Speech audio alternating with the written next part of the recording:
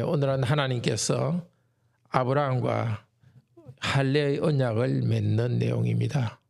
언약을 이미 맺었는데 그 언약을 다시 확인하고 반복적으로 그것을 말하면서 아브라함의 믿음을 일으켜줍니다. 먼저 1절에서 8절은 하나님께서 주시는 언약의 복을 먼저 이야기합니다. 그리고 9절부터 이후에는 아브라함이 하나님이 복을 받을 사람으로서 해야 될 의무에 대해서 말합니다. 먼저 하나님께서는 아브라함에게 언약을 다시 확정하면서 복을 선언하십니다. 아브라함이 99세, 사레가 90세 될 때였습니다. 하나님께서 10년 만에 아브라함에게 나타나셨습니다. 나는 전능한 하나님이라 너는 내 앞에 행하여 완전하라. 이 말에는 뉘앙스가 있습니다. 아브라함, 그때 이름은 아브라함이죠. 아브라함, 내가 너를 보니까 너는 내 앞에 행하여 완전하지 않다라는 하나님의 책망이 들어있습니다. 15장에서 하나님께서 나타나셔서 언약을 전에도 확인해 주셨습니다. 그 후에 믿음의 혼란이 있었습니다. 16장에 보면 아브라함은 자기 여종을 통하여서 이스마엘이라는 아들을 낳았습니다. 한 남자가 한 여자와만 혼인하여 가정을 이루어야 한다는 하나님의 계명을 어겼습니다. 아브라함은 그동안 하나님의 백성을 번성하게 할 약속의 자녀가 이스마엘이라고 믿었습니다. 그렇게 믿으면서 13년이 지나갔습니다. 이제 자기 나이는 99세, 사라의 나이는 90세이니까 상식적으로 볼 때 자녀를 낳을 수 없는 것은 당연합니다. 그러나 하나님께서는 말합니다. 아브라함에게 하나님과 동행하며 하나님 앞에 행하며 온전한 사람으로 변화되리라고 변화되라고 말씀하십니다. 그리고 하나님 자신이 누구인지를 다시 소개합니다. 나는 전능한 하나님이라.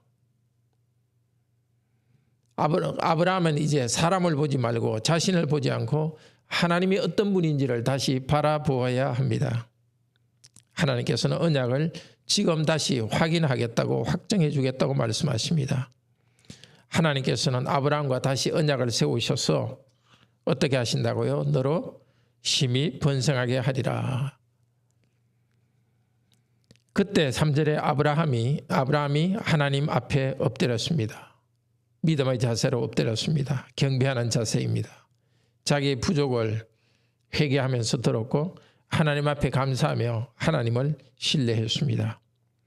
17장에서는 오래전에 맺었던 15장의 언약을 다시 새롭게 하십니다. 아브라함에게 주시는 언약의 복은 세 가지입니다. 첫째는 바로 자손의 복입니다. 내 상속자는 내 몸에서 날 남자가 될 것이고 그를 통해서 후손이 별처럼 많아질 것이라고 약속하십니다. 둘째는 땅의 약속입니다. 아브라함이 거하고 있던 그 땅을 너희 소유로 줄 것이라고 언약하십니다. 그런데 가장 중요한 복은 세 번째로 내가 너와 내 후손의 하나님이 되게 되리라. 나는 그들의 하나님이 되리라. 많은 자손보다도 많은 땅보다 더 큰 복은 여호와께서 아브라함과 후손을 지키시는 분이 되어주겠다는 약속입니다. 그들이 하나님의 소유가 되고 여호와 하나님께서는 그들의 하나님이 되시는 것입니다. 이 언약의 복은 예수 그리스도를 믿는 우리에게도 해당되는 복입니다. 갈라디아서 3장 29절은 말합니다. 너희가 그리스도의 것이면 아브라함의 자손이요 약속대로 유업을 이을 자니라. 어느 가문, 어느 학교, 어느 회사에 다니는 것보다 어느 국가의 일원이 되는 것보다도 더 영광스럽고 영원한 것은 바로 우리가 하나님의 자녀로서 하나님 우리 하나님이 되고 하나님께서 우리를 보호하시는 이 신분이 우리에게 가장 영광스럽습니다. 하나님께서는 아브라함이 앞으로 전혀 오해하지 못하도록 확실히 말씀하십니다.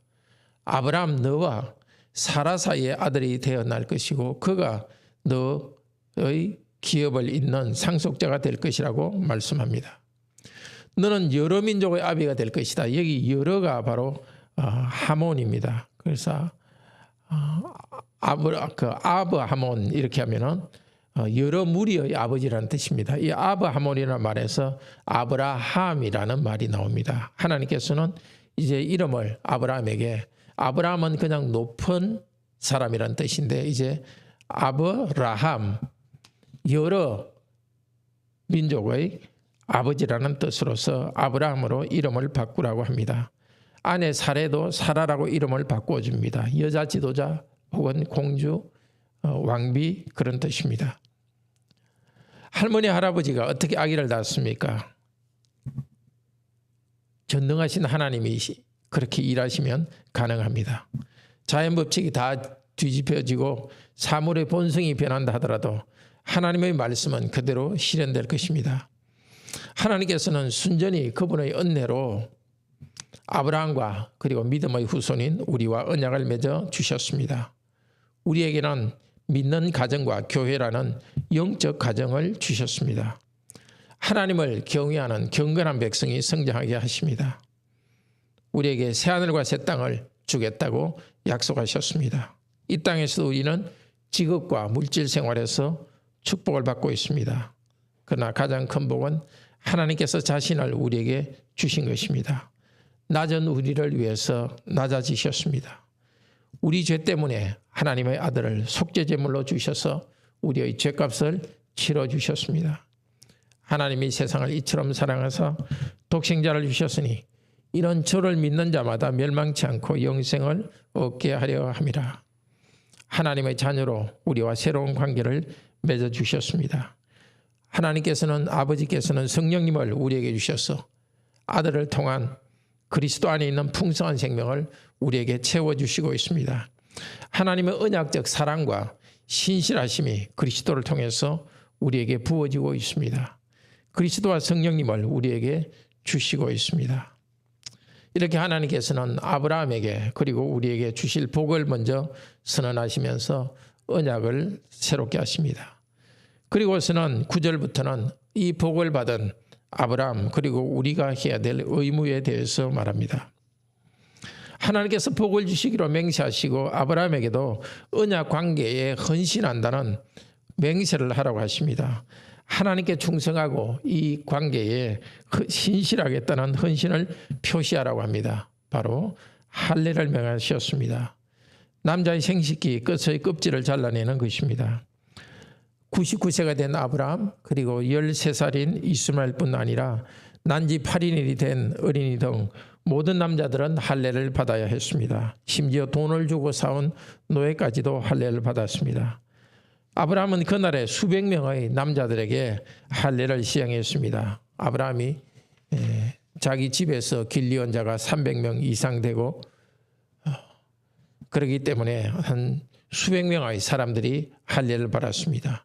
주위 여러 민족들이 할례를 하는 것을 보았지만 직접 아브라함이 할례를 하기는 처음입니다.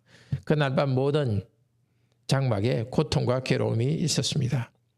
그런데 하나님께서 아브라함에게 할례를 행하라고 명하신 것과 또 그 명령대로 할례를 행한 것, 그 사이에 하나님과 아브라함 사이의 대화가 나옵니다. 15절에서 하나님께서는 약속하십니다. 사라가 너에게 아들을 낳아줄 것이다. 그녀를 너희 민족의 어머니가 되게 하겠다. 그 말을 듣고 아브라함은 이번에도 엎드렸습니다. 속으로 이렇게 생각했죠. 99세 된 남편, 90세 된 아내, 할머니, 할아버지가 어떻게 자녀를 낳을 수 있겠는가. 엎드려서 웃었습니다. 좀 피식 웃었던 것 같습니다. 그리고 하나님께 말했습니다. 이스마엘이나 하나님 앞에서 건강하고 복받아 잘 살기를 원합니다. 그런데 이때 아브라함이 완전히 의심하지는 않았습니다. 이때의 일을 로마서 5장 19절 20절에서 다시 한번 비춰줍니다. 로마서 5장 19절은 4장 19절은 이렇게 말합니다. 아브라함이 100세가 되어 자기 몸이 죽은 것 같고 사라의 태가 죽은 것 같음을 알고도 믿음이 약하여지지 아니하고 믿음이 없어 하나님의 약속을 의심하지 않고 믿음으로 견고하여서 하나님께 영광을 돌리며 약속하신 그것을 또한 능히 이루실 줄을 확신하였으니. 그러니까 아브라함이 마음속에서 두 마음이 지금 있는 것입니다. 그렇게 되면 저와 아내 사라를 통해서 아기를 낳으면 좋겠지만 그것이 가능할까? 그렇게 되기를 바라는 웃음도 있었고 또 그 마음속에는 과연 그것이 어떻게 이루어질까 하는 의심도 있었지만 그러나 하나님을 완전 의심하는 것이 아니라 일시적으로 믿음이 혼란 가운데 있었지만 그러나 완전히 의심한 것은 아니었습니다. 하나님께서도 아브라함을 책망하지 않았습니다. 다음 그 뒤쪽에 몇 장 후에 보면은 사라도 이 말을 듣고서 피식 웃었는데 그때는 하나님께서 사라를 책망하셨습니다. 이번에는 아브라함은 책망하지 않는 것으로 보아서 믿음과 또 혼란된 것이 동시에 섞여 있었습니다. 하나님께서는 아브라함을 책망하지 않고 부드럽게 설득하십니다. 네 아내 사라가 분명히 아들을 낳으리라. 그리고 그 이름을 이삭이라 지어라. 나는 이스마엘에게도 생육하고 번성하여 큰 복을 주겠다. 그러나 내 언약은 이삭과 세우겠다고 확정하십니다. 아브라함이 엎드려서 웃으니까 하나님께서 모르셨겠습니까? 하나님께서는 참 유머 감각이 있으신 분이십니다. 아브라함아, 네가 엎드려 웃었지? 그러니까 내 아들의 이름을 웃음이라고 짓자. 이삭은 웃는다는 뜻입니다.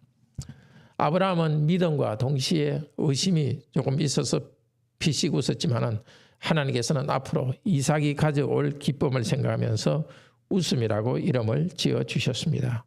참으로 인내심이 많으시고 온유하신 하나님께 감탄할 일입니다. 유머도 있으시고 넉넉하신 분이십니다. 하나님께서는 말씀을 마치고 하늘로 올라가셨습니다.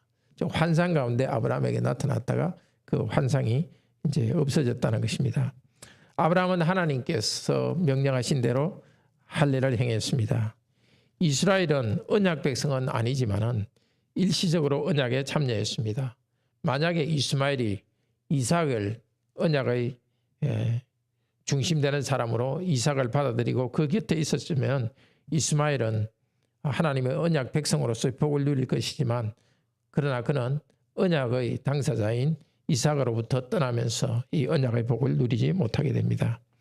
사랑하는 형제자매 여러분, 지금도 하나님께서는 믿지 않는 사람에게도 노아 언약을 통해서 생육하고 번성하는 복을 주십니다.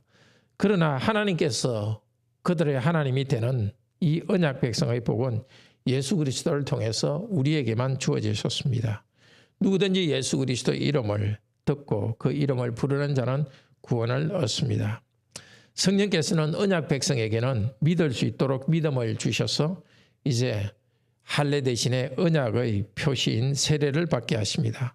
하나님께서 그들의 하나님이 되십니다. 이 땅에서도 생육하고 재산의 복도 주십니다. 그러나 우리에게 가장 큰 복은 하나님 그분이 우리와 함께 있는 것입니다. 세상 끝날까지 너희와 함께 있으리라 약속하시면서 우리의 하나님이 되십니다. 하나님께서 우리를 예수 그리스도 때문에 하나님의 자녀로 입양해 주셨습니다. 하나님의 아들, 딸이 되어서 영원한 천국에 살 복을 주셨습니다. 하나님께서 주신 물질적 복을 우리는 감사하며 즐기지만 그것이 전부인 것처럼 생각하지 맙시다. 믿지 않는 자의 물질적 축복에 대해서도 시기하지 맙시다. 우리에게 주신 물질이 비록 적다 하더라도 자녀가 좀 부족하다 할지라도 영원한 천국을 주신 것을 감사하도록 합시다.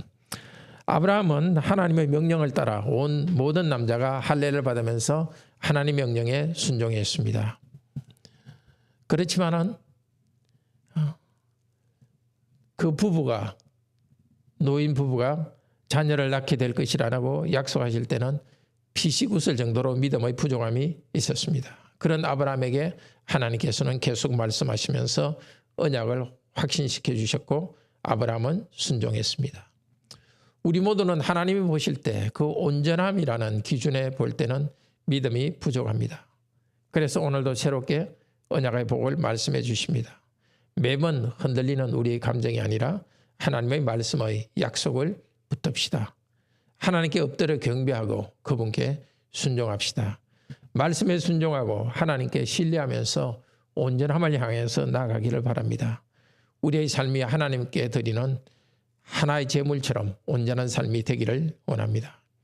우리의 믿음이 흔들릴 때마다 우리에게 세례의 표시와 도장을 주신 것을 생각합시다. 우리 자녀들도 유아 세례를 받고 우리도 세례를 받고 언약 백성이 되었습니다. 우리에게는 하나님의 언약의 표시가 있습니다. 하나님께서 우리가 천국 갈 때까지 이 땅의 흔들림이 있다 할지라도 계속 우리의 하나님이 되실 것입니다. 이 땅에 필요한 물질적인 것도 주실 것입니다. 우리 자녀의 미래도 주님 손에 있습니다. 자녀들의 믿음이 혹시 흔들리듯 보이더라도 결코 뒤로 물러가거나 도망하지 맙시다. 하나님께서 우리 자녀에게 주신 언약의 표와 함께 하나님께서 주신 언약의 복이 우리 자녀에게 있는 것은 확실합니다. 하나님 은혜에 감사하고 경배하면서 오늘도 하나하나 순종하며 살아가는 하루가 되시기를 축복합니다. 기도합시다.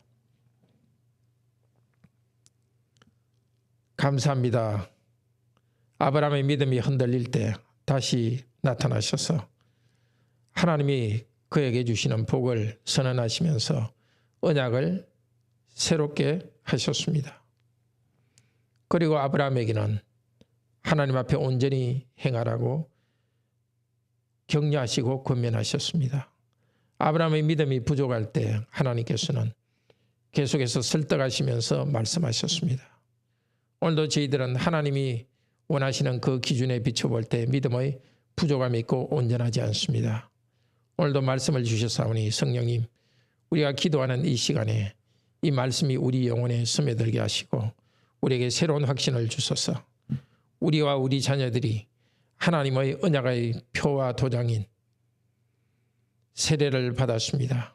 우리의 믿음이 흔들리고 있다면 우리에게 이 세례의 표를 주신 하나님께서는 결코 우리를 흔들리지 않게 인도하실 것을 믿으면서 나가게 하소서. 우리 자녀들도 언약 백성으로 삼아주셨사오니 그들이 말씀 안에서 예수 그리스도를 믿고 영원한 복을 누린다는 이 확신 우리에게 흔들리지 않도록 꼭 붙들어 주시옵소서. 우리의 믿음이 부족하고 자녀들의 믿음이 부족하더라도 예수 그리스도를 바라보고 성령님을 의지하고 아버지 하나님을 믿으면서 이 땅의 순례자의 여행길을 걸어가게 하소서. 이 땅에서 순례를 끝나고 영원한 하나님 나라에 안식할 그날까지 저희들의 믿음을 굳세게 붙들어 주시옵소서. 이번 주일에도 저희가 모여서 하나님께 경배드릴 것입니다. 오셔서 우리 예배를 받아주시고 우리에게 크신 은혜를 내려주소서. 이 아침 기도하는 이 시간에도 저희들의 부족한 기도를 성령님 온전하게 하셔서 아버지 하나님께 상달되게 하시고 그리스도를 통하여서 아버지 하나님 우리의 기도를 들어주소서. 주 예수 그리스도 이름으로 기도드립니다. 아멘. 은혜로운 기도 시간 되기를 축복합니다.